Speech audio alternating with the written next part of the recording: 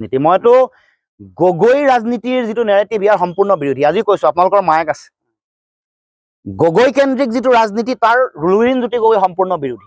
বেলেগ কোনোবাই সমৰ্থন কৰিব পাৰে। অসমত সকলো জাতি জনগোষ্ঠীৰ সমতাৰ ৰাজনীতি হ'ব লাগিব। সকলো জাতি জনগোষ্ঠী ভাষা ভাষী ধৰ্মাৱলম্বী লোকে ইয়াত সমমৰ্যাদা সম অধিকাৰ পাব লাগিব।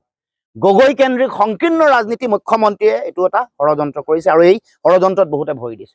মই লুৰিণজ্যোতি গগৈ গগৈ কেন্দ্ৰিক তিনি গগৈ ৰাজনীতিৰ সম্পূৰ্ণ বিৰোধী। অসমৰ জনগণৰ কাৰণে অসমৰ প্ৰতিটো জাতি জনগোষ্ঠী ভাষা ভাষী ধৰ্মাৱলম্বী লোকক সকলোকে সুৰক্ষা দিয়া, সকলোকে মৰ্যাদা দিয়া ৰাজনীতিৰ পক্ষত লুৰিণজ্যোতি গগৈ আছে।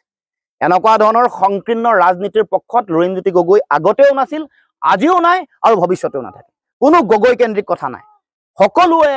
সকলো জাতি জনগোষ্ঠী আহোম মৰাণ মটক চুতীয়া কোচ দেউৰী ৰাভা তিৱা সকলো মানুহৰ সমপ্ৰতিনিধিত্ব, সকলোৱে সমান অধিকাৰৰ মৰ্যাদা পাব লাগিব।